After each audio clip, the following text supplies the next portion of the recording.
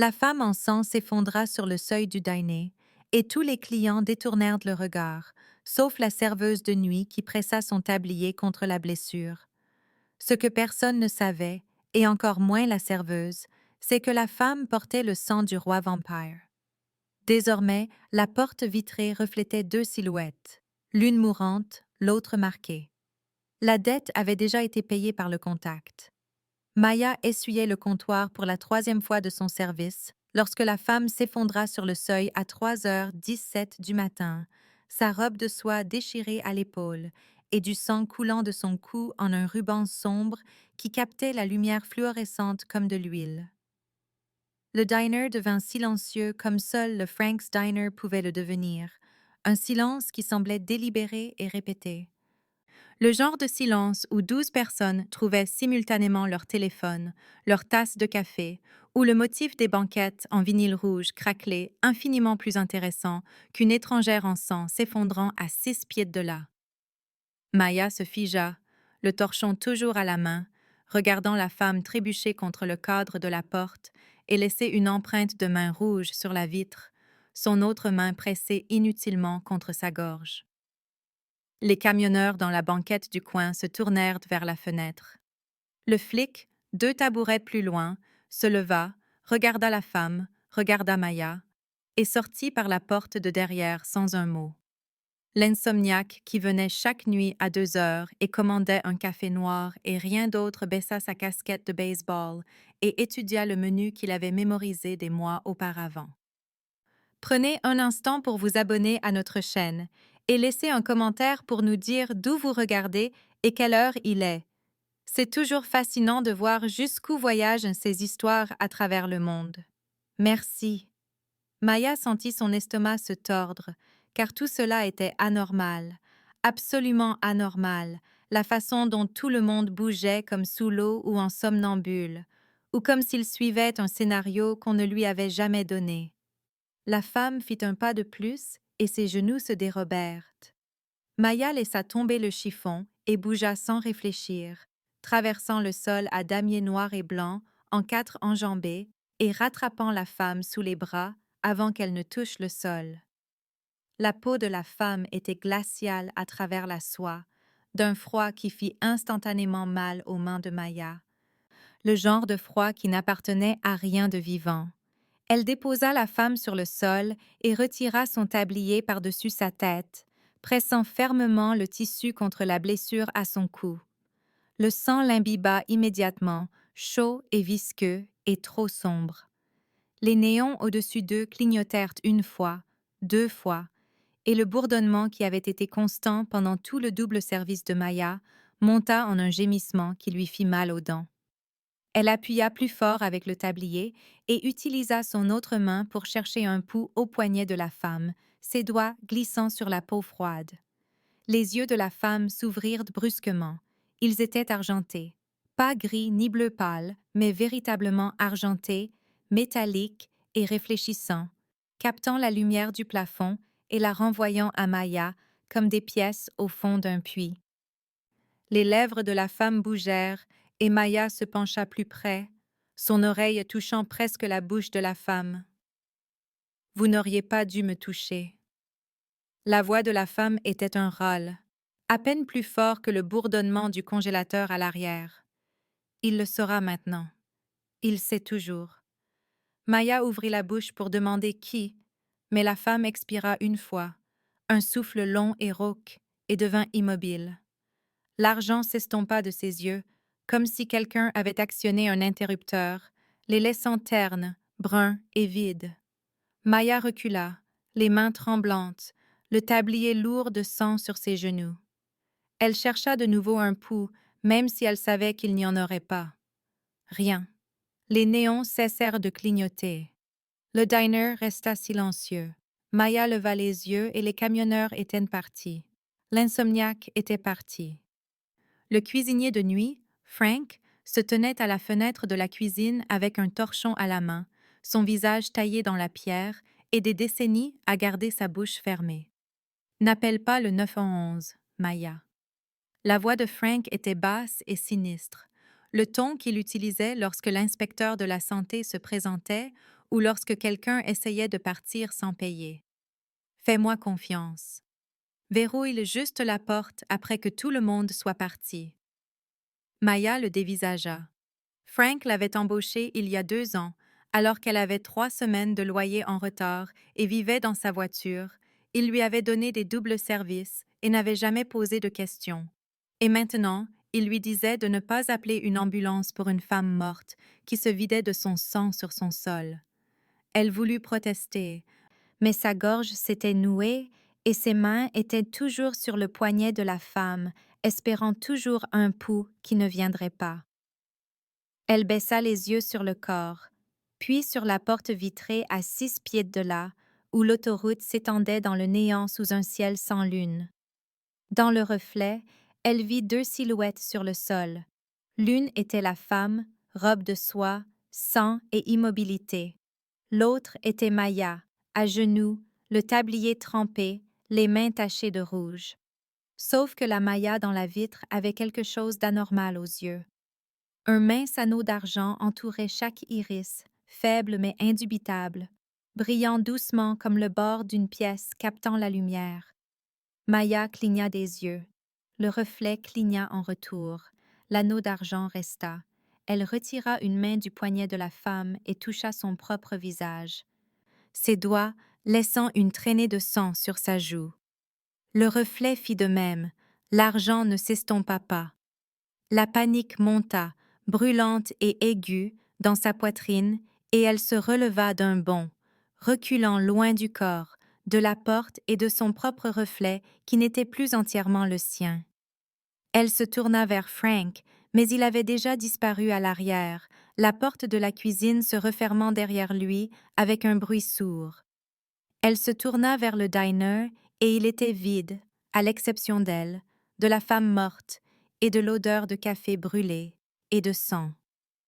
La cloche au-dessus de la porte tinta. Maya se retourna brusquement. Personne.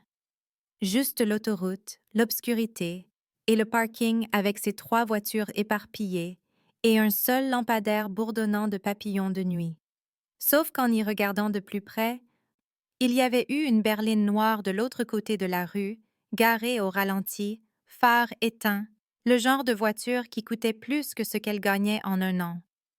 Elle fixa l'endroit où elle avait été et essaya de se souvenir si elle l'avait réellement vue, ou si son esprit inventait des choses pour expliquer la certitude froide qui s'installait dans ses entrailles, que tout venait de changer d'une manière qu'elle ne comprenait pas et ne pouvait pas annuler. Elle baissa les yeux sur ses mains, du sang sous ses ongles, du sang séchant sur ses paumes. Elle regarda la femme sur le sol, la soie déchirée, les cheveux sombres déployés comme un voile et l'immobilité trop complète pour être du sommeil. « Vous n'auriez pas dû me toucher. » Les derniers mots de la femme tournaient dans la tête de Maya. Il le saura maintenant. Il sait toujours. Qui le saurait? Que saurait-il? Qu'avait fait Maya en pressant son tablier contre la gorge d'une étrangère et en cherchant un pouls à main nue?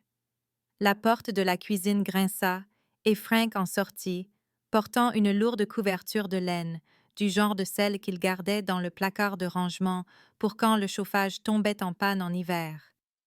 Il ne regarda pas Maya. Il s'accroupit à côté du corps et étendit la couverture sur la femme, avec le soin de quelqu'un qui avait déjà fait ça, rentrant les bords sous ses épaules et ses pieds jusqu'à ce qu'elle soit complètement couverte. Puis, il se releva et croisa enfin le regard de Maya. « Tu vas vouloir te laver les mains. » Sa voix était toujours sinistre, toujours plate. « Utilise le bon savon dans mon bureau, celui avec la pierre ponce. » Maya avait la bouche sèche. « Frank, que vient-il de se passer? » Frank croisa les bras. « Tu as aidé quelqu'un. C'est ce qui s'est passé. Pour le reste, quelqu'un va passer et te l'expliquer mieux que moi. Probablement demain. Peut-être ce soir. Va juste te laver les mains, puis ferme ma clé, rentre chez toi et n'ouvre à personne que tu ne connais pas. » Maya sentit son pouls marteler sa gorge. « Et si j'appelle les flics quand même? » L'expression de Frank ne changea pas. Alors tu commettras une erreur que tu ne pourras pas effacer. Il se tourna et retourna dans la cuisine. La porte se referma. Maya se retrouva seule avec le corps couvert, l'odeur de sang et de café brûlé, et le reflet dans la porte vitrée qui montrait une version d'elle-même qu'elle ne reconnaissait pas. Elle traversa la pièce jusqu'à la porte et la verrouilla, ses mains tremblant si fort qu'il lui fallut 3 essais pour tourner le pêne dormant. Puis elle regarda une dernière fois l'autoroute. La berline noire était de retour, au même endroit, phares éteints. Elle ne pouvait voir personne à l'intérieur, mais elle se sentit observée d'une manière qui lui donna la chair de poule. Elle recula de la vitre. Le moteur de la berline se mit à ronronner, bas et doux, puis elle s'éloigna et disparut dans l'obscurité. Maya se tourna et se dirigea vers le bureau de Frank, passant devant le corps sous la couverture, devant la cafetière qui brûlait toujours sur la plaque, devant la banquette où le flic était assis il y a 20 minutes, comme si rien de tout cela ne s'était produit. Elle se lava les mains dans l'évier de Frank avec le savon à la pierre ponce qui sentait l'essence et la menthe, frottant jusqu'à ce que sa peau soit à vif et que l'eau coule claire. Quand elle leva les yeux vers le petit miroir au-dessus de l'évier, ses propres yeux la fixèrent. Bronze. Normaux. Sauf que lorsqu'elle inclinait la tête juste comme il fallait, l'anneau d'argent brillait sous la lumière du plafond, fin, vif et permanent. Elle s'essuya les mains sur une serviette qui en ressortit rosée.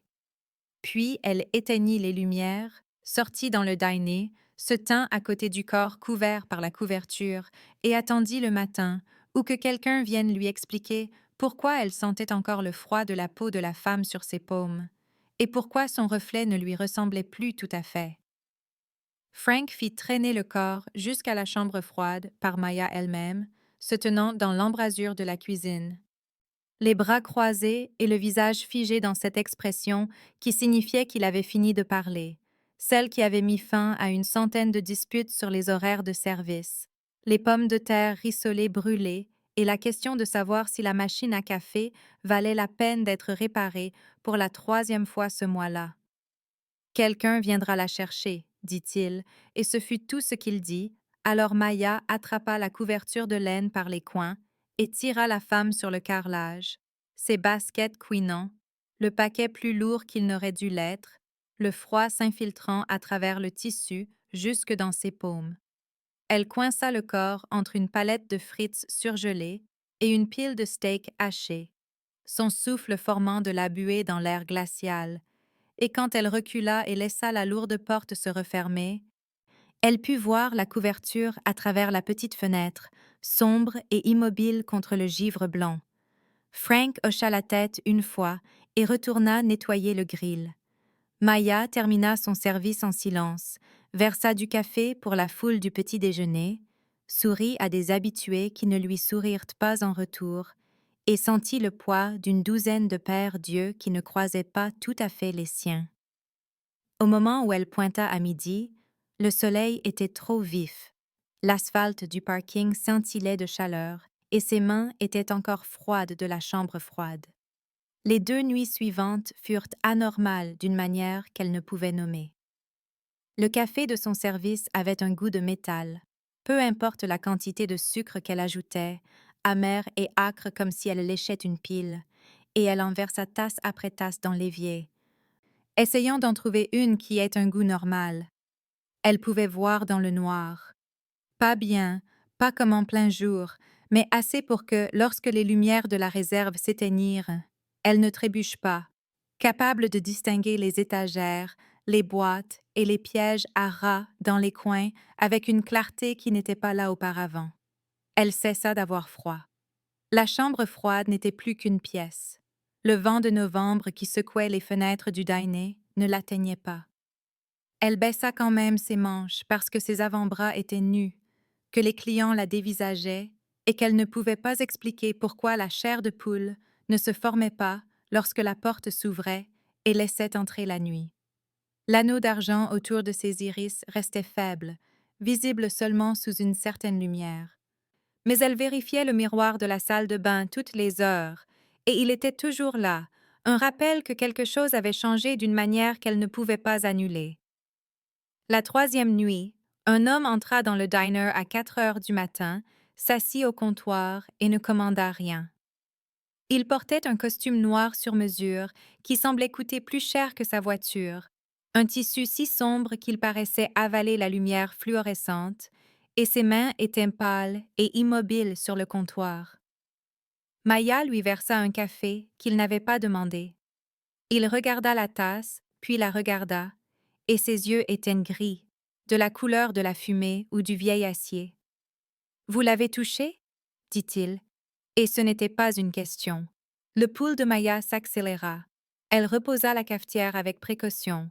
J'ai essayé de l'aider.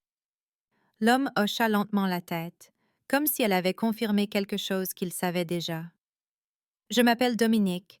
Je travaille pour l'homme dont vous avez essayé de sauver la sœur. Elle s'appelait Isabeau. Maya s'agrippa au bord du comptoir. Que lui est-il arrivé?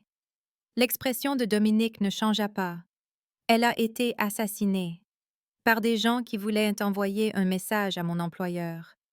Vous avez interféré avec ce message en touchant son sang. Vous faites maintenant partie d'un contrat plus ancien que ce pays. Maya sentit son estomac se nouer. Je n'ai rien signé. Si vous l'avez fait, dit Dominique, au moment où votre peau a touché la sienne, au moment où vous lui avez accordé de la pitié quand personne d'autre ne le faisait. C'est la loi. Pas votre loi, peut-être, mais la loi qui nous régit. Et maintenant, elle vous régit. Il plongea la main dans sa veste et en sortit une enveloppe noire, lourde et chère, du genre de papier qui a du poids et de la texture. Il la posa sur le comptoir entre eux. Le seau de cire au dos était frappé d'un arbre et d'un croissant de lune, une cire rouge foncée qui semblait presque noire sous la lumière du dîner. À l'intérieur se trouve une invitation à la cour de verre, un tribunal. Vous y serez présenté comme la pupille du roi. Vous avez 3 jours pour vous préparer. Maya fixa l'enveloppe. Et si je n'y vais pas? Alors les gens qui ont tué Isabeau viendront vous chercher. Vous êtes un fil qui dépasse maintenant. Un témoin. Une responsabilité. Ils vous traqueront et s'assureront que vous disparaissiez d'une manière qui envoie le message qu'ils voulaient envoyer au départ. La voix de Dominique était calme, factuelle, comme s'il expliquait la météo. Si vous y allez, vous entrez dans notre monde. Serment de sang, loi rituelle et une politique que vous ne comprenez pas, mais vous serez protégés. Le roi est tenu de vous abriter. C'est ça, la marque. Maya toucha son visage par réflexe, ses doigts effleurant sa pommette. La marque n'est pas une malédiction, dit Dominique. C'est un contrat. Vous lui avez accordé de la pitié. Maintenant, le roi vous doit protection. Et vous lui devez une réponse quand il vous appellera. Une convocation. Une vérité. C'est la loi. Et si je ne crois pas en votre loi, dit Maya, la voix tendue, alors vous mourrez en ne croyant en rien. Dominique se leva. Il sortit un téléphone prépayé de sa poche et le posa à côté de l'enveloppe. Il appellera. Et vous irez. Elles y vont toujours. Il sortit. La cloche au-dessus de la porte tinta, et Maya le regarda traverser le parking jusqu'à une Jaguar de collection, noire, élégante et ronronnant comme un prédateur. Il s'éloigna, les feux arrière disparurent dans l'obscurité, et Maya se retrouva seule avec l'enveloppe, le téléphone et le goût de métal qui recouvrait encore sa langue. Elle n'ouvrit l'enveloppe qu'à la fin de son service, une fois de retour dans son appartement, la porte verrouillée et les stores baissés. Le studio était exigu, la peinture des murs s'écaillait et une fenêtre donnait sur un mur de briques à 6 pieds de là, sombre même en plein jour. Elle s'assit sur le bord de son lit et brisa le seau de cire avec son ongle. Le papier à l'intérieur était épais, de couleur crème, et l'écriture était faite à la main à l'encre argentée qui captait la lumière et scintillait. Les mots étaient informels, archaïques, une invitation à se présenter à la cour de verre à San Francisco dans 3 jours, pour être reconnue comme parente sous la protection du trône. Elle l'a lu 2 fois et comprit encore moins la seconde fois. Elle l'a mis de côté et prit le téléphone prépayé, le tournant dans ses mains. C'était du plastique bon marché, anonyme, du genre qu'on achète dans les stations-service. Elle faillit le jeter à travers la pièce. Au lieu de cela, elle le brancha et attendit. Il sonna à 2 heures du matin. Elle était assise devant son ordinateur portable depuis 6 heures, cherchant n'importe quoi sur les cours de verre, les serments de sang ou les rois vampires, ne trouvant rien d'autre que des romans de fantasy, des jeux de rôle et des théories du complot qui viraient à la folie. La sonnerie du téléphone était stridente et démodée, et elle le fixa pendant 3 sonneries avant de répondre. La voix à l'autre bout du fil était basse et ancienne, texturée par les siècles, l'épuisement et quelque chose qui aurait pu être du chagrin. Je n'ai pas demandé ça non plus. Les mots étaient mesurés, délibérés. Mais ma sœur est morte en plaçant sa foi en une étrangère. Alors maintenant, c'est à moi de vous protéger et à vous de me supporter. La cour se réunit dans 2 jours. Portez quelque chose dans lequel vous pouvez courir. Qui êtes-vous? Dit Maya, mais la ligne était déjà coupée. Elle resta assise dans le noir, le téléphone toujours pressé contre son oreille, et sentit le poids de sa voix s'installer dans sa poitrine comme une pierre. Elle retourna à son ordinateur portable, chercha Isabeau, ne trouva rien. Chercha des cours de vampire à San Francisco, ne trouva rien d'utile. Puis elle essaya quelque chose de différent. Chercha de vieilles photographies, Paris, année 1920, aristocrate, Montmartre. Cela prit 1 heure. La photo était archivée dans une base de données universitaire, faisant partie d'une collection documentant la société des expatriés dans la France de l'après-guerre. Noir et blanc, granuleuse, prise devant un café avec des tables en fer forgé et des hommes en costume fumant des cigarettes.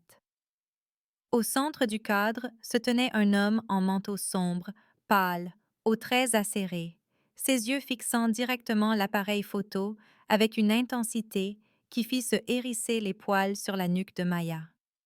La légende disait « Aristocrate non identifié, Montmartre, vers 1924 ». Il ressemblait exactement à ce que la voix avait suggéré. Froid, royal. Seul. Elle zooma et son souffle se coupa. Dans le coin de la photo, à peine visible derrière l'épaule de l'homme, se trouvait une femme avec un chapeau cloche et une robe de couleur claire, son visage légèrement détourné de l'appareil photo. Cheveux sombres, peau pâle, la même structure osseuse que la femme qui était morte sur le sol du dîner. Isabeau. Maya enregistra l'image et la fixa jusqu'à ce que l'écran s'éteigne. Puis, elle ouvrit de nouveau l'enveloppe noire et lut l'invitation une 3e fois. Elle pensa à la certitude calme de Dominique, à la façon dont il avait dit « Elles y vont toujours comme si c'était inévitable ». Elle pensa à la voix au téléphone, fatiguée et liée par le devoir, honorant des choix qu'il ne comprenait pas. Elle pensa à Isabeau trébuchant dans le diner avec la gorge tranchée, cherchant quelqu'un qui l'aiderait sans savoir ce qu'elle était, trouvant Maya, choisissant Maya. La marque sur ses yeux n'allait pas disparaître. Les gens qui avaient tué Isabeau n'allaient pas l'oublier. Et l'homme au téléphone, le roi, celui qui régnait depuis les ombres et les lois anciennes, l'avait déjà revendiqué comme quelque chose qu'il était obligé de protéger. Maya ne croyait pas aux vampires, mais elle croyait à la peau froide sous ses mains, à l'anneau d'argent dans son reflet et au goût de métal sur sa langue. Elle croyait à l'épuisement dans la voix du roi quand il disait « C'est à vous de me supporter ». Elle croyait qu'Isabeau l'avait choisi pour une raison qu'elle ne comprenait pas encore. Elle ferma l'ordinateur portable. Elle irait à San Francisco. Elle entrerait dans la cour de verre, exigerait des réponses et trouverait un moyen de se sortir de ce contrat qu'elle n'avait pas accepté. Mais d'abord, elle devait comprendre dans quoi elle mettait les pieds. Le lendemain, elle se fit porter malade chez Frank et passa 18 heures à lire tout ce qu'elle pouvait trouver sur les serments de sang, les lois anciennes et l'idée que le contact pouvait lier, que la pitié pouvait créer une dette. Elle trouva du folklore, des mythes et des fragments d'histoire qui avaient presque un sens. Elle trouva des références à des cours, des rois et des hiérarchies basées sur l'âge et le pouvoir. Elle ne trouva rien qui expliquait la marque, la convocation ou pourquoi une femme mourante se viderait de son sang dans un diner du Nevada au lieu de chercher l'aide des siens. Au moment où le soleil se coucha de nouveau, elle avait 3 pages de notes et plus de questions que de réponses. Le téléphone prépayé resta silencieux. Maya fit un sac, un jean, une veste en cuir, les baskets qu'elle portait pour ses doubles services, usées et confortables. Elle ne possédait rien dans lequel elle pouvait courir qui ne soit pas aussi ce qu'elle portait pour travailler. Elle se regarda dans le miroir de la salle de bain. L'anneau d'argent brillait à la lumière, fin et vif. Elle avait l'air fatiguée. Elle avait l'air effrayée. Elle ressemblait à quelqu'un qui avait fait un choix sans en connaître les conséquences et qui devait maintenant vivre avec. Le roi avait dit de porter quelque chose dans lequel elle pouvait courir. Elle se demanda si c'était un avertissement, une menace ou juste un fait. Elle se demanda si Isabeau avait su ce qui se passerait en trébuchant dans le diner, si elle avait eu l'intention d'y mourir ou si Maya était censée la sauver et avait échoué. Elle se demanda à quoi ressemblait le roi en personne, si ses yeux étaient aussi froids que sa voix, s'il avait aimé sa sœur ou s'il se sentait simplement obligé d'honorer sa mémoire. Elle se demanda si elle allait survivre aux 3 prochains jours. Le téléphone sonna de nouveau à minuit. Elle répondit à la première sonnerie. Il y eut un long silence à l'autre bout du fil, juste une respiration, lente et régulière. Puis la voix du roi, plus douce cette fois. « Ma sœur vous a choisi. Je ne sais pas pourquoi, mais j'honore ses choix, même le dernier. » La ligne se coupa. Maya resta assise sur son lit, le téléphone à la main, l'enveloppe noire sur la table de chevet et la photographie d'Isabeau et du roi brillant sur l'écran de son ordinateur portable. 2 jours avant la cour de verre. 2 jours avant qu'elle n'entre dans un monde qui ne voulait pas d'elle et n'exige qu'il lui explique pourquoi elle était encore en vie. La cour de verre était une galerie d'art reconvertie dans le centre-ville de San Francisco, toute de miroirs du sol au plafond et de lustres en cristal qui projetaient une lumière prismatique sur des surfaces polies jusqu'à un éclat qui faisait mal aux yeux de Maya. Elle se tenait à l'entrée avec Dominique à son coude et sentit chaque paire d'yeux se tourner vers elle, sentit le poids de leur attention comme une chose physique pressant contre sa poitrine. Les vampires portaient des costumes sur mesure et des robes qui appartenaient à des musées ou à des films d'époque, des tissus qui scintillaient et flottaient, des bijoux qui captaient la lumière et la renvoyaient en angle vif. Maya portait un jean, une veste en cuir et des baskets qui couinaient sur le sol en marbre lorsqu'elle fit son premier pas à l'intérieur. L'air sentait le givre et le vieux vin, froid, propre et anormal, et chaque respiration qu'elle prenait lui donnait l'impression d'avaler du verre. La main de Dominique était légère sur son coude, la guidant à travers la foule silencieuse qui s'écartait autour d'eux comme de l'eau.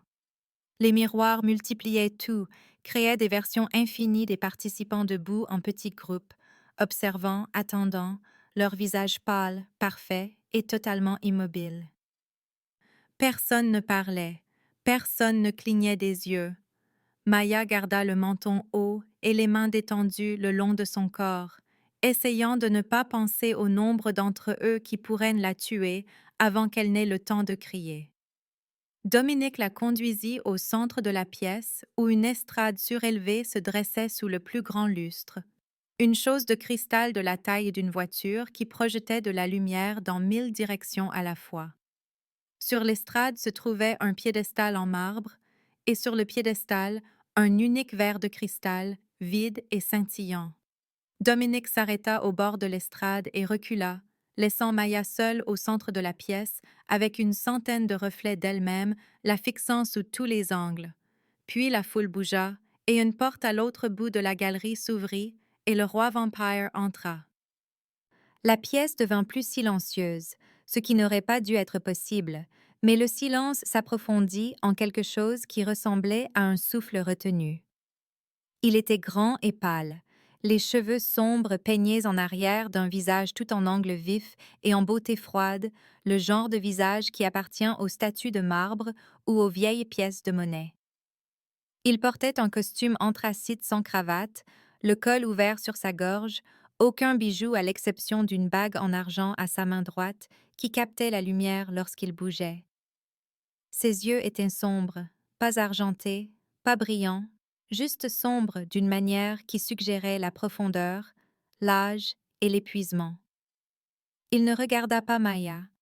Il se dirigea vers l'estrade, se tint à côté du piédestal et fit face à la cour, les mains détendues le long de son corps. Et la foule s'inclina comme un seul homme. Maya ne s'inclina pas.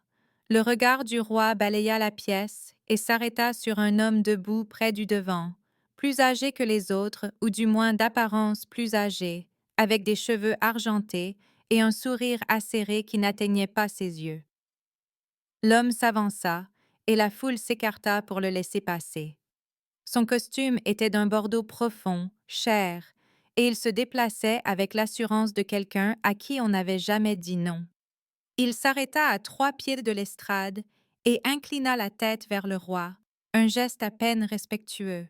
« Grégor, dit le roi, sa voix basse et texturée de quelque chose qui aurait pu être de la lassitude. Vous avez des inquiétudes. Le sourire de Grégor s'élargit. Inquiétude est un mot poli, monseigneur. J'ai des objections. Il se tourna pour regarder Maya, et ses yeux étaient de la couleur de l'ambre ancien, froid et calculateur. La fille empeste la mortalité. Isabeau a été imprudente et celle-ci est une responsabilité.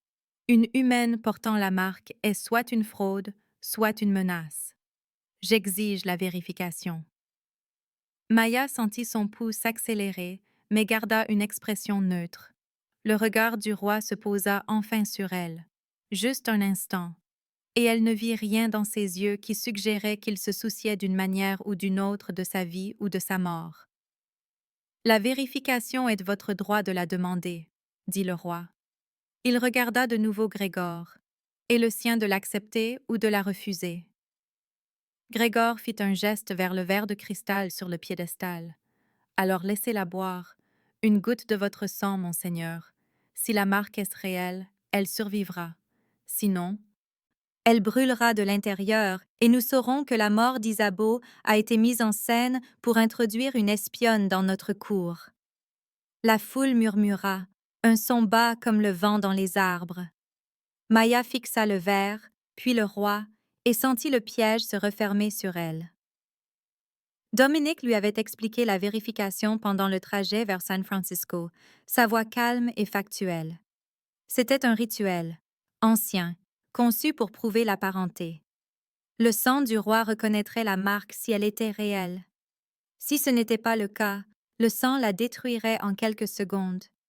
Maya avait demandé ce que cela faisait. Dominique avait dit qu'il ne savait pas, car il n'avait jamais vu personne survivre à une fausse vérification. Le roi se tourna vers Maya. « Si vous refusez, vous prouvez son argument. Et je ne peux pas vous protéger d'une décision. » Sa voix était plate, vide d'émotion. Maya croisa son regard. « Alors, laissez-moi parler d'abord. » L'expression du roi ne changea pas, mais quelque chose bougea dans la posture de ses épaules, une légère détente qui aurait pu être de la surprise. Il hocha la tête une fois. Maya se tourna pour faire face à la cour, à Grégor et aux 100 vampires qui la regardaient avec des yeux qui avaient vu des siècles et ne se souciaient nullement de sa vie. Sa voix trembla sur le premier mot, mais elle la força à rester stable. « Je ne connais pas vos lois. Je ne sais pas pourquoi Isabeau est venue à moi, mais je sais qu'elle était seule et en sang, et que tout le monde s'est détourné. J'ai aidé parce que c'est ce qu'on fait.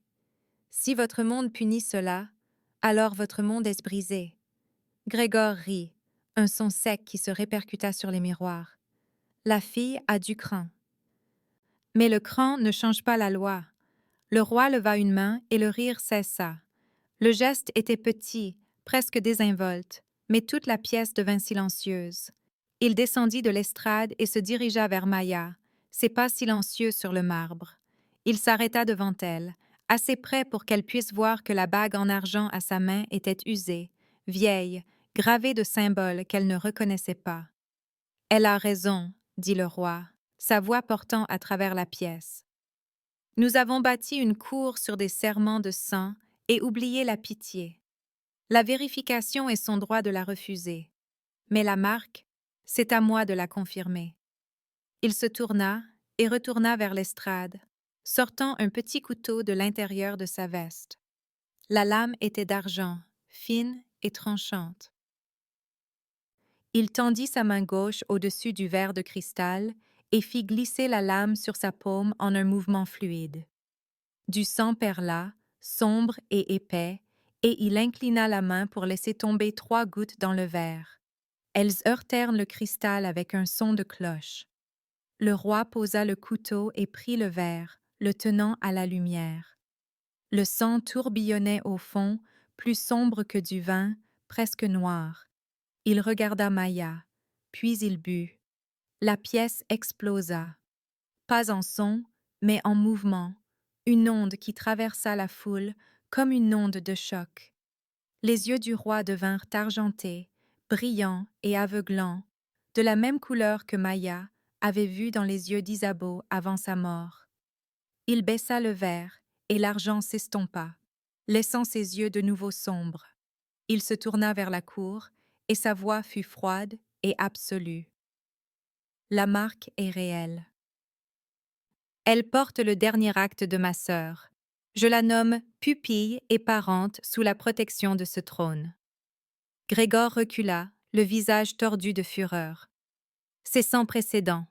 Vous risquez tout pour une humaine qui ne connaît rien de notre monde.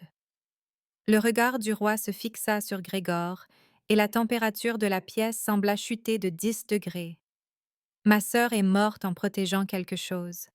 C'était peut-être ça, l'idée que la pitié a encore de l'importance. Je ne la laisserai pas mourir pour rien. Il se tourna vers Maya et pour la première fois, elle vit quelque chose d'humain dans son expression, quelque chose qui aurait pu être du respect, de l'épuisement ou du chagrin. Vous venez de vous faire des ennemis. Restez près de moi. La cour se dissipa en chuchotements, des groupes se formant et se reformant, des voix s'élevant en dispute ou en accord. Dominique apparut à côté de Maya et se pencha près d'elle, sa voix à peine audible. Vous venez de devenir la pièce la plus précieuse sur l'échiquier et la plus vulnérable. Maya regarda le roi retraverser la foule, la façon dont il s'écartait pour lui, la façon dont leurs yeux le suivaient avec calcul et peur. Elle baissa les yeux sur ses mains et elle tremblait. L'anneau d'argent autour de ses iris pulsa une fois, faiblement, au rythme de son cœur. Elle était entrée dans la cour de verre en tant que pétitionnaire, une responsabilité, un point d'interrogation. Elle en sortait en tant que parente. Comme quelque chose de protégé, de lié et de piégé dans un monde qui fonctionnait selon des règles qu'elle ne comprenait pas et auxquelles elle ne pouvait échapper. Les lustres au-dessus d'elle bourdonnaient doucement et les miroirs montraient 1000 versions d'elle-même, toutes marquées, toutes debout seules au centre d'une pièce pleine de prédateurs. Grégor la regardait toujours de l'autre côté de la pièce, son sourire disparu, remplacé par quelque chose de froid et de patient. Le roi l'avait nommée parente, mais il avait aussi peint une cible sur son dos. Maya sentit le poids de cela s'installer dans sa poitrine, lourd et permanent. Elle avait demandé à parler, et le roi avait écouté. Elle avait défié la cour et avait survécu. Mais la survie n'était pas la même chose que la sécurité. Elle était maintenant à l'intérieur du système, et la seule façon d'en sortir était de le traverser. Dominique toucha son coude et la guida vers une porte latérale où le roi avait disparu. La foule la regarda partir. De nouveau silencieuse, leurs visages illisibles. Maya passa devant eux la tête haute et les mains stables, le goût de métal recouvrant toujours sa langue. Lorsqu'elle jeta un coup d'œil au miroir, elle vit son reflet cerclé de lumière argentée, et pendant un instant, elle crut voir une autre silhouette se tenant à côté d'elle, aux cheveux sombres et pâles, vêtue d'une robe de soie déchirée. Isabeau.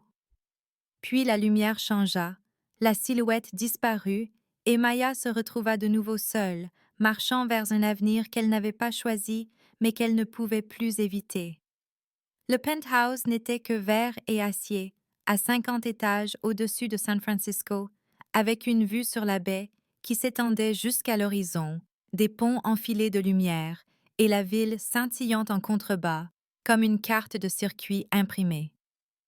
Maya se tenait à la fenêtre et avait l'impression de flotter, sans attache, le sol trop loin pour avoir de l'importance. Dominique l'avait conduite ici depuis la cour de verre en silence, la Jaguar ronronnant dans les rues qui se vidaient à mesure qu'il montait dans le quartier financier. Le bâtiment n'avait pas de nom sur la porte, juste un bureau de sécurité et un ascenseur qui nécessitait une carte-clé et une empreinte de paume. Le penthouse occupait tout le dernier étage. 3 chambres, une cuisine qui semblait n'avoir jamais été utilisée, des meubles chers et inconfortables, tout en arêtes vives et en cuir froid. Des gardes se tenaient à chaque porte, des hommes silencieux en costumes sombres qui ne la regardaient pas quand elle passait. Des caméras couvraient chaque angle. Maya avait demandé si c'était la maison du roi. Dominique avait répondu que c'était l'une d'entre elles, une résidence secondaire sécurisée. Maya avait demandé combien de maisons le roi avait. Dominique n'avait pas répondu. On lui donna la 2e chambre, un espace avec un lit king size, des rideaux occultants et une salle de bain plus grande que son ancien studio. Elle défit son sac et cela prit 30 secondes car elle n'avait presque rien apporté. Un jean, une veste, des baskets, une brosse à dents. Tout ce qu'elle possédait tenait dans un sac de sport qui semblait petit et pathétique posé sur le lit. Dominique frappa une fois et entra sans attendre la permission, portant un livre relié en cuir de la taille d'un dictionnaire. Il le posa sur le bureau près de la fenêtre. Ceci est le Codex, l'ensemble des lois qui régissent notre monde. Vous devez le lire, en entier. Maya fixa le livre. Il devait faire 1000 pages. Combien de temps ai-je? 2 semaines jusqu'à la lune de sang. La voix de Dominique était plate. Grégor défiera le roi à ce moment-là. S'il gagne, il vous tuera pour prouver que la marque était une erreur. Alors lisez vite. Il se tourna pour partir et Maya l'appela. La convocation. Quand est-ce que ça arrive? Chaque fois que le roi l'appelle. Ça pourrait être demain. Ça pourrait être dans une décennie. Dominique s'arrêta dans l'embrasure de la porte. Quand il le fera, vous répondrez sincèrement. La marque saura si vous mentez. Elle vous brûlera de l'intérieur. Maya eut froid malgré l'absence de courant d'air. Qu'est-ce qu'il veut savoir? Je ne sais pas. Il n'a jamais utilisé de convocation auparavant. Pas au cours des 300 ans où je l'ai servi. Maya s'assit lourdement sur le lit. Alors pourquoi m'y lier? Parce que c'est la loi. Parce que le sang d'Isabeau a activé le pacte et que maintenant vous êtes parente, que cela vous plaise ou non. Dominique la regarda et son expression s'adoucit légèrement. Lisez le codex. Apprenez les règles. Ne rompez jamais le contact visuel en premier. N'acceptez jamais de nourriture de quiconque, sauf du roi ou de moi.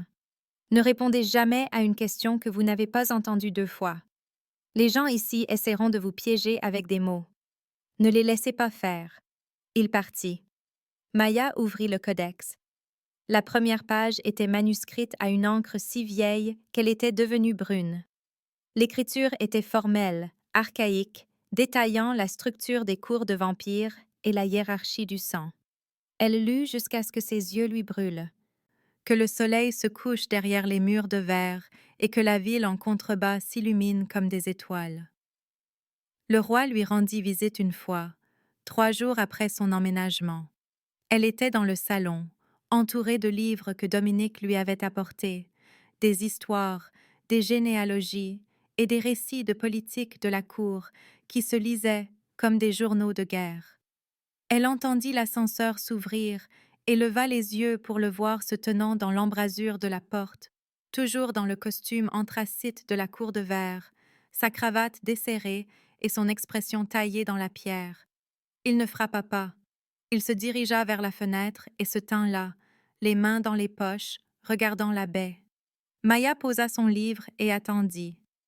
Grégor rassemble des alliés, dit le roi sans se retourner. Il prétend que je suis devenue faible. Que valider la marque d'une humaine crée un précédent qui nous détruira. Il y aura un défi à la lune de sang. S'il gagne, vous mourrez. Maya avait la gorge sèche. Et si vous gagnez?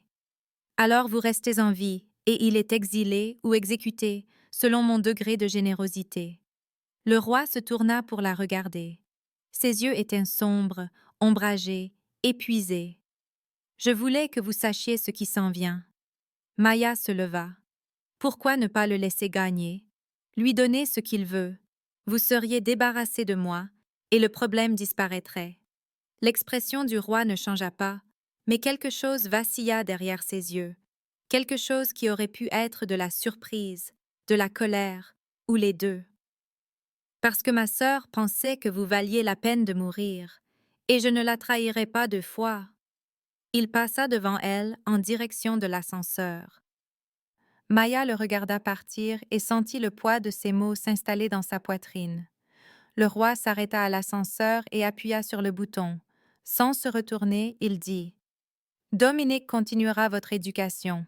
Apprenez vite. » Puis il fut parti, et Maya se retrouva seule avec les livres, la vue et les gardes devant chaque porte. Elle apprit vite.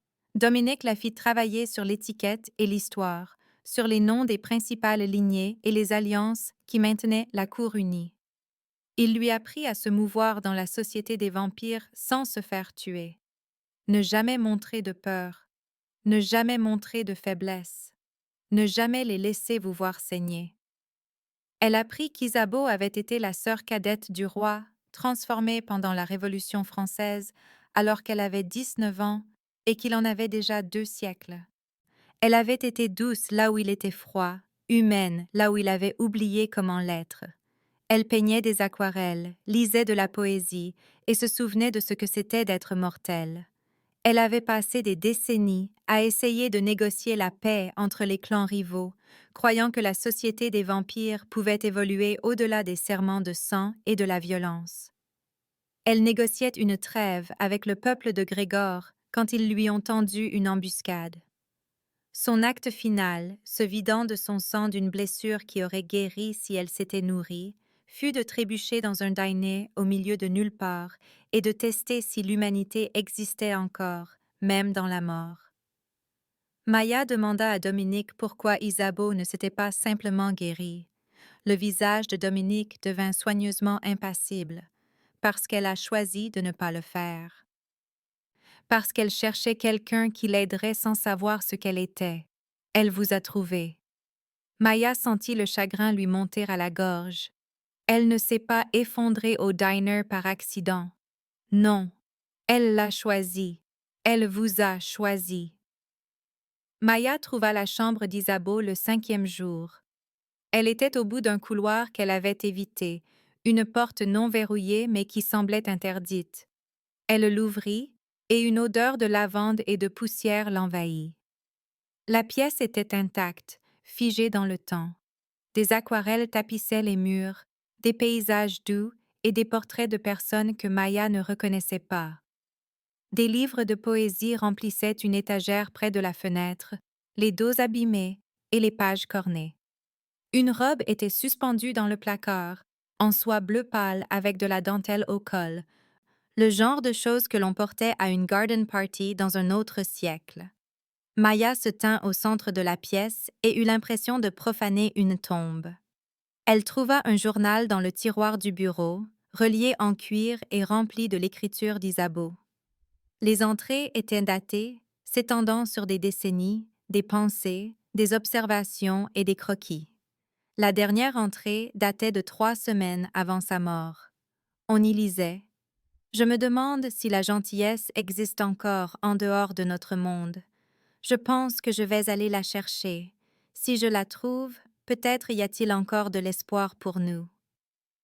Maya ferma le journal, quitta la pièce et n'y retourna pas. Pendant ce temps, les gens de Grégor commencèrent à tourner autour. Maya les remarqua le troisième jour, une voiture noire garée de l'autre côté de la rue du bâtiment. Des chauffeurs différents, mais la même patience froide. Dominique le remarqua aussi et doubla les gardes. Le sixième jour, Frank appela son téléphone prépayé, celui que Dominique lui avait donné pour remplacer celui du roi. Deux hommes en costume sont passés au diner pour poser des questions sur toi. Je leur ai dit que tu avais démissionné. Ils ne m'ont pas cru. Maya sentit son pouls s'accélérer. Tu vas bien. La voix de Frank était sinistre. Je vais bien. Mais tu dois faire attention. Ce ne sont pas le genre de personnes qui oublient. Maya le remercia et raccrocha. Dominique la trouva en train de regarder la ville par la fenêtre. Votre ancien appartement a été saccagé la nuit dernière. Ils cherchent un moyen de pression, quelque chose qui vous relie à quelqu'un qu'ils peuvent blesser. Avez-vous de la famille? Non, dit Maya. Personne. Dominique hocha la tête. C'est probablement mieux ainsi. L'étau se resserrait. Maya le sentait dans la façon dont les gardes se déplaçaient, tendus et vigilants. Elle le sentait dans les messages que Dominique recevait sur son téléphone, des mises à jour laconiques qui lui faisaient serrer la mâchoire. Elle le sentait dans le silence du penthouse, la façon dont même l'air semblait retenir son souffle. Le 10e jour, le roi revint. Il était tard, après minuit, et Maya était réveillée, lisant le codex pour la 3e fois, essayant de mémoriser les lois sur les défis et les duels de sang. Elle entendit l'ascenseur et leva les yeux pour le voir debout dans le salon, veste enlevée, manches retroussées jusqu'au coude. Il semblait plus humain qu'elle ne l'avait jamais vu, fatigué, froissé et réel. Il se dirigea vers la cuisine et se versa une tasse de café de la cafetière que Maya avait faite des heures auparavant. Il n'avait pas besoin de café. Dominique lui avait dit ça, mais le roi en buvait quand même, noir et froid, debout au comptoir. Maya ferma le codex et le rejoignit. « Vous n'êtes pas obligé de faire ça, dit-elle. Laissez Grégor avoir la cour.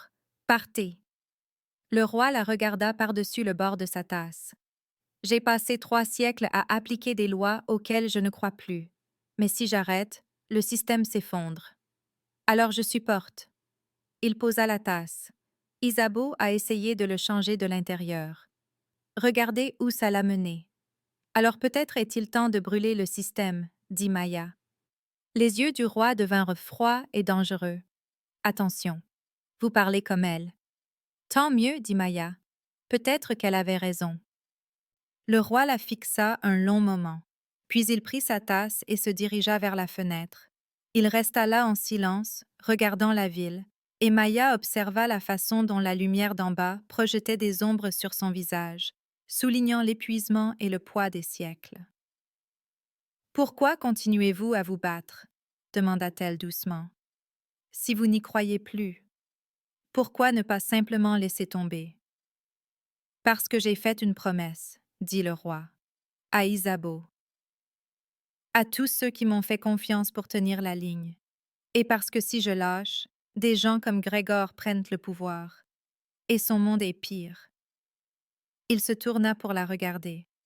Ma sœur croyait que la pitié pouvait coexister avec nos lois. Elle croyait que la gentillesse comptait encore. Je n'ai pas compris ce qu'elle voulait dire avant de vous voir à la cour de verre. Avant de vous voir vous tenir devant une salle pleine de prédateurs et leur dire que leur monde était brisé. Elle testait quelque chose en venant à votre dîner. Et vous avez réussi. Maya sentit sa gorge se serrer. Je ne l'ai pas sauvée. Non, dit le roi. Mais vous avez essayé. Et c'est ce qu'elle cherchait. La preuve que l'humanité existe encore. Il posa sa tasse et se dirigea vers l'ascenseur.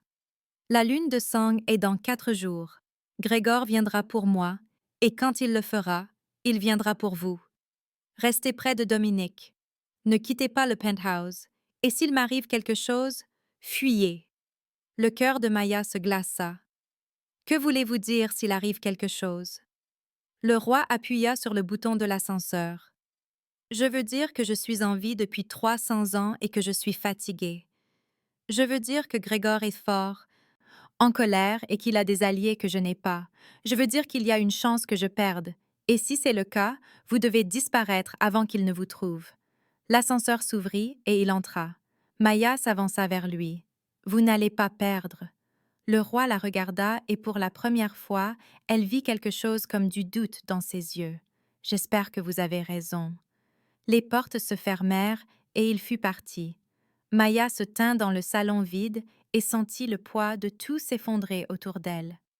Elle se dirigea vers la chambre d'Isabeau et se tint dans l'embrasure, regardant les aquarelles, les livres et la robe suspendue dans le placard. Elle pensa à une femme qui avait passé des siècles à essayer de prouver que la gentillesse comptait encore, qui était morte en testant si l'humanité existait, qui avait choisi Maya parmi toutes les personnes du monde. Elle pensa à un roi qui avait régné pendant 300 ans et qui était trop fatigué pour se souvenir pourquoi. Elle pensa à Grégor, à la lune de sang et au défi qui approchait dans 4 jours, et elle pensa à ce que le roi avait dit. Peut-être est-il temps de brûler le système. Attention, vous parlez comme elle.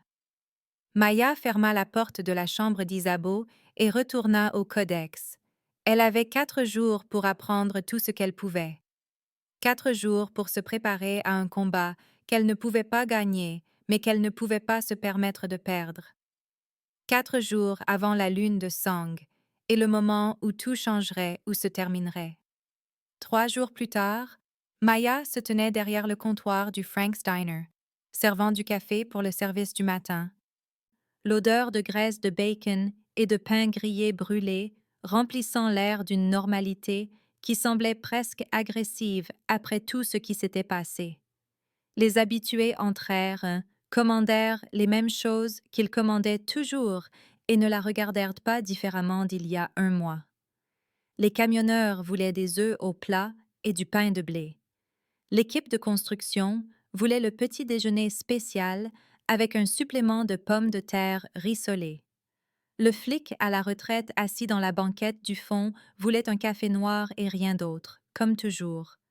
Maya servait, desservait et essuyait le comptoir, sentant le rythme du travail s'installer dans ses os comme une mémoire musculaire.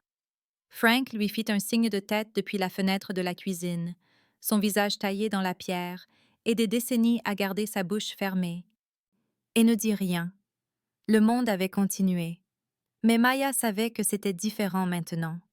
Elle aperçut son reflet dans le miroir de la salle de bain pendant sa pause, se penchant près de la vitre et inclinant la tête jusqu'à ce que la lumière frappe juste comme il fallait.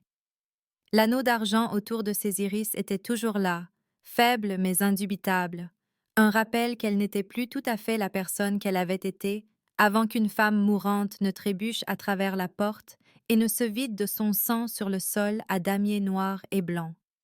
Elle toucha son visage et le reflet lui rendit l'appareil, et l'anneau d'argent pulsa une fois au rythme de son cœur.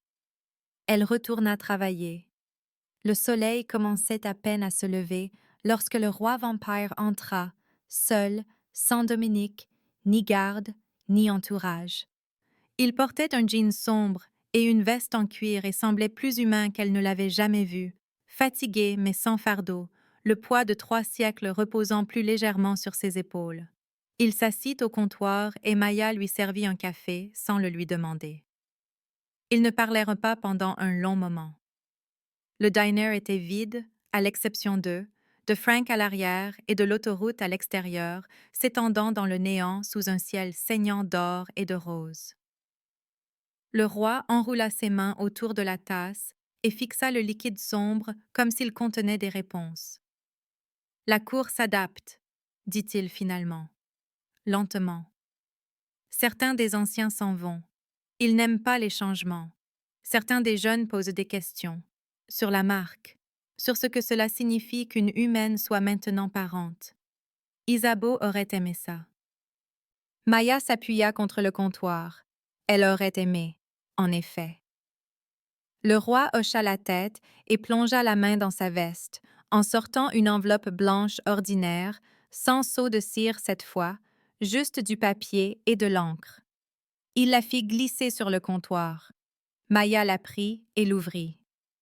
À l'intérieur se trouvait une note manuscrite sur du papier de couleur crème, l'écriture nette et précise. Quand vous serez prête, il y a une place pour vous ici. Pas en tant que parente, en tant que conseillère. Nous avons besoin de gens qui se souviennent à quoi ressemble la pitié. C'était signé d'une seule lettre. D. Maya leva les yeux. Dominique a écrit ça. Le roi faillit sourire. Il a pensé que vous seriez plus susceptible d'écouter si ça venait de lui. Il n'a pas tort. Et si je dis non? Demanda Maya. Le roi se leva, laissant un billet de 20 sur le comptoir pour un café qui coûtait 3 $. Alors je redemanderai demain, et le jour d'après. Je suis très patient. Il se dirigea vers la porte et s'arrêta, la main sur la poignée. Isabeau disait que la meilleure façon d'honorer les morts est de continuer à vivre comme il l'aurait espéré. Sa voix était douce, presque perdue sous le bourdonnement des néons et le grésillement du grill. Je pense qu'elle serait fière de vous. Il poussa la porte, la cloche tinta, et il sortit sur le parking où sa berline noire attendait. Maya le regarda à travers la vitre montée dans la voiture et s'éloignait, la voiture disparaissant sur l'autoroute tandis que le soleil montait plus haut et effaçait l'obscurité. Elle regarda de nouveau la note, lisant les mots de Dominique une deuxième fois. Une place pour elle. Pas comme quelque chose de protégé ou de lié, mais comme quelqu'un avec une voix, avec un rôle à jouer dans la forme de ce qui allait suivre. Elle pensa à la cour de verre, au miroir et à la façon dont le roi avait bu son propre sang pour valider la marque. Elle pensa à la chambre d'Isabeau avec les aquarelles, la poésie et la robe suspendue dans le placard. Elle pensa à la cathédrale, à l'épreuve et au moment où elle avait lancé le couteau d'argent parce qu'elle ne pouvait pas laisser le roi se battre seul. Elle plia la note et la glissa dans la poche de son tablier. La cloche du dîner tinta. Un homme entra, d'âge mûr et l'air fatigué, portant une chemise en flanelle et des bottes de travail. Il s'assit au comptoir et Maya attrapa la cafetière. « Bonjour, qu'est-ce que je vous sers ?» L'homme commanda des œufs et du pain grillé. Elle le nota et le transmit à Frank. Elle versa du café, posa la tasse devant l'homme et se tourna pour remplir les sucriers. C'est alors qu'elle le vit. Sur le coin du comptoir, à peine visible contre le vinyle rouge, se trouvait une deuxième enveloppe noire. Papier épais. Seau de cire frappé d'un arbre et d'un croissant de lune. Pas de nom. Juste le seau, rouge foncé et attendant. Le pouls de Maya s'accéléra. Elle n'avait pas vu le roi la laisser, n'avait vu personne s'approcher du comptoir, mais elle était là, solide et réelle, son poids attirant le bord de sa vision. La convocation, la dette qu'elle devait encore, une question, une réponse, une vérité qu'elle était tenue de donner lorsque le roi la réclamerait. Elle tendit la main vers l'enveloppe, et ses doigts effleurèrent de la cire. Elle était chaude, comme si elle venait d'être scellée. Elle la prit et la tourna dans ses mains. Le seau était intact. Elle pouvait l'ouvrir maintenant ou elle pouvait attendre. Elle pouvait refuser ou elle pouvait répondre. Mais le choix lui appartenait, et cela comptait. Elle posa l'enveloppe et regarda son reflet dans la porte vitrée. Deux silhouettes. L'une était elle, le tablier taché de café et les yeux cerclés d'argent. L'autre était une ombre, faible et à peine visible, une femme dans une robe de soie déchirée, avec des cheveux sombres et un sourire qui suggérait des secrets. Isabeau. Maya cligna des yeux et l'ombre disparut. Juste son reflet maintenant, debout seule dans le dîner avec le lever du soleil derrière elle et l'autoroute s'étendant dans le néant. Elle pensa à ce que le roi avait dit. La meilleure façon d'honorer les morts est de continuer à vivre comme ils l'auraient espéré. Isabeau avait espéré la gentillesse, la pitié, la preuve que l'humanité existait encore, même dans un monde bâti sur le sang, la loi et les dettes anciennes. Maya lui avait donné cela, et en retour, elle avait été marquée, liée et entraînée dans un monde qui ne voulait pas d'elle, mais ne pouvait pas la laisser partir. L'homme au comptoir se racla la gorge et Maya se retourna vers lui, poussant l'enveloppe noire sur le côté. Ses œufs étaient prêts. Elle les servit, remplit son café et continua le reste de son service avec l'enveloppe posée sur le comptoir, comme une bombe à retardement. Frank sortit une fois, vit l'enveloppe et secoua la tête. « Tu vas l'ouvrir. »« Pas encore, » dit Maya. Frank grogna et retourna en cuisine. À la fin de son service, Maya dénoua son tablier et le plia sur le comptoir. Elle prit l'enveloppe noire et la blanche avec la note de Dominique et les tint toutes les deux dans ses mains, sentant le poids de deux avenirs, deux choix, deux chemins qui menaient dans une obscurité qu'elle ne pouvait pas voir. La convocation viendrait quand le roi le déciderait. Ce pourrait être demain ou dans une décennie. Et quand ce serait le cas, elle répondrait parce que la marque la liait à la vérité et qu'elle avait accepté cela au moment où elle avait pressé son tablier contre la gorge d'Isabeau et essayé de sauver une étrangère. Mais le siège au conseil était un choix, une chance de construire quelque chose de mieux, une façon d'honorer ce pourquoi Isabeau était morte. Maya glissa les deux enveloppes dans la poche de sa veste et sortit du diner dans la lumière du matin. L'autoroute était calme. Le ciel était bleu et infini. L'anneau d'argent autour de ses iris pulsa une fois, faiblement, au rythme de son cœur. Elle monta dans sa voiture, démarra le moteur et resta assise un instant, regardant le diner à travers le pare-brise. Frank se tenait dans l'embrasure de la porte, les bras croisés, la regardant. Il leva une main dans un salut qui aurait pu être un au revoir, de la bonne chance ou simplement la reconnaissance que le monde avait changé et qu'il n'y avait pas de retour en arrière. Maya lui rendit son salut. Puis elle quitta le parking et se dirigea vers la ville, vers le penthouse, Dominique, le roi et la cour qui s'adaptait lentement à l'idée que la pitié comptait encore.